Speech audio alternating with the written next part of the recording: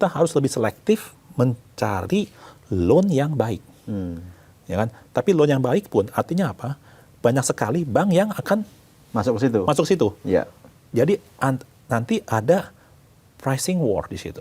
Geopolitik, pasar, regulasi mungkin, ya kan? Mereka mungkin lihat dulu dah, wait and see.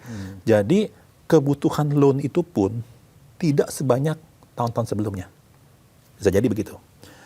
Nah, artinya apa? Kita harus lebih selektif mencari loan yang baik. Ya kan? Tapi loan yang baik pun artinya apa? Banyak sekali bank yang akan Masuk ke situ. masuk situ. Ya. Jadi nanti ada pricing war di situ. Oleh karena itulah saya mengatakan bahwa dunia perbankan ini ya tidak semakin mudah, ya kan? Jadi makanya kita harus berkreasi untuk mendiferensiasi kita terhadap bank-bank lain. Karena Bapak misalnya dapat uang pinjaman dari bank A, bank B, bank C, sama, uangnya sama semua. Bukannya uang yang satu lebih besar dari yang lain.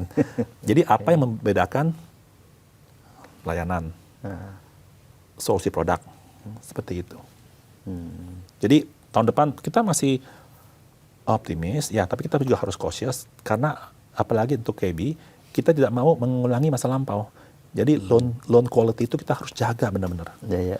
Artinya apa? Kita harus mencari alternatif revenue, fee based income-nya kita harus galakkan, ya kan? Kalau hanya bergantung terhadap interest akan susah. Ya. Price war akan terjadi tadi ya kalau Ya. mungkin ya. Apalagi kan sekarang bank-bank pemerintah diguyur 200 triliun.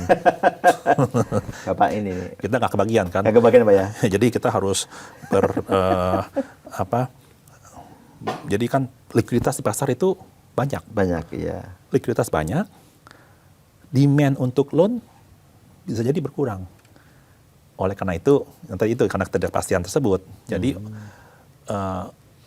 likuiditas yang banyak mengejar supply loan yang mungkin berkurang. Demand loan Demand loan yang berkurang ya. Demandnya.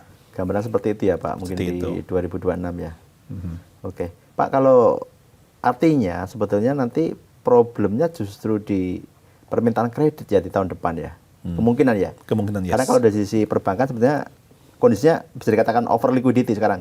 Ya. Sekarang. Ya.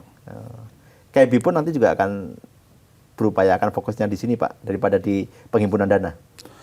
Jadi seperti ini sih Pak Masiron. Dengan ekspektasi demand untuk loan itu berkurang, pasti masyarakat, tapi dana pihak ketiga penyimpanan itu akan naik. Kenapa? Kita mengetahui bahwa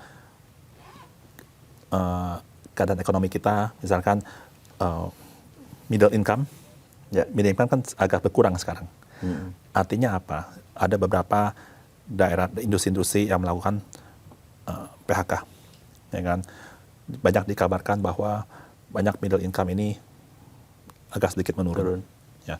Artinya apa? Ekonomi Indonesia itu 55% GDP-nya Konsumsi rumah tangga. Ya. Nah, kalau orang kehilangan pekerjaan atau pekerjaannya misalkan income tidak bertambah, pasti confidence-nya akan turun. Kalau dulu mungkin confident untuk spending, mungkin sekarang lebih berkurang spendingnya. Nah, ini yang harus dijaga. Dengan spending berkurang, artinya apa? Mereka akan tabung. Nah, jadi simpanan di bank harusnya nanti naik. Oleh karena itu, kita juga dari KB kita melihat bahwa ini adalah sebuah threat, ya, sebuah tantangan, tapi juga merupakan sebuah opportunity. Karena itu kita harus berkreativitas untuk menangkap dana pihak ketiga ini yang kita expect akan lebih banyak dari individu-individu yang mungkin konsumen-konsumen yang mungkin menahan spending. Ya. Kan? Jadi misalkan dulu kita uangnya banyak, kita beli mobil mungkin nggak mikir. Kalau sekarang mungkin aduh nanti dulu deh lihat situasi gitu. Sama juga tadi sinerginya logikanya sama dengan tadi yang korporasi, wait and see juga. Nah, ini yang mungkin harus menjadi perhatian juga bagaimana kita meningkatkan growth dari industri-industri yang padat karya, ya, supaya lapangan kerja tuh tercipta banyak ya, tercipta banyak pekerjaan. dan confidence balik dan sebagainya. Jadi itulah dua sisi yang kita lihat. Pak, tadi mencari game changer adalah mencari perusahaan atau korporasi besar yang baik gitu. Itu kan nggak mudah Pak untuk kita kasih kredit gitu kan. Yeah. Ya, pengalaman masa lalu juga dari bank sebelumnya, nama sebelumnya gitu. Nah, mungkin ada kiat khusus Pak terkait dengan hal ini di KB yang dilakukan. Iya, memang sih kalau untuk bankir yang sudah lama di market, kita more or less tahulah ya siapa, dan juga dari sisi governance ya, dari sisi laporan keuangan, analisa keuangan itu menjadi standar lah. Tapi juga dari sisi market perception, reputasi, itu adalah menjadi pedoman untuk kita supaya kita menargetkan nasabah-nasabah yang quality. Pak, kalau kita bicara angka-angka nih Pak, kalau kita kuantifikasi tadi statement-statement Bapak, 2026 kira-kira pertumbuhan kredit double digit atau single digit? Kita, karena base kita masih rendah, ya, kita mengharapkan bahwa double digit yang rendah gitu ya. Tapi kita juga yang penting adalah mengutamakan kualitas kreditnya. Kita tidak mau mempunyai target yang fantastis tapi nanti masalah semua. Ya, itulah kualitas kita. Karena kita bayangkan kalau kita ada loan sampai jatuh, misalkan kita dapat bunga 2%. Kalau sampai jatuh, itu sama dengan 50 tahun untuk merecover dari hasil itu. Jadi itulah mindset yang saya katakan ke tim bahwa sebelum kita lending ke nasabah, kita harus lihat nih, ini loan kita bisa balik atau enggak. Itu lebih penting. Jadi ada aspek kehati-hatian yang akan ditonjolkan ya. Betul. Ya.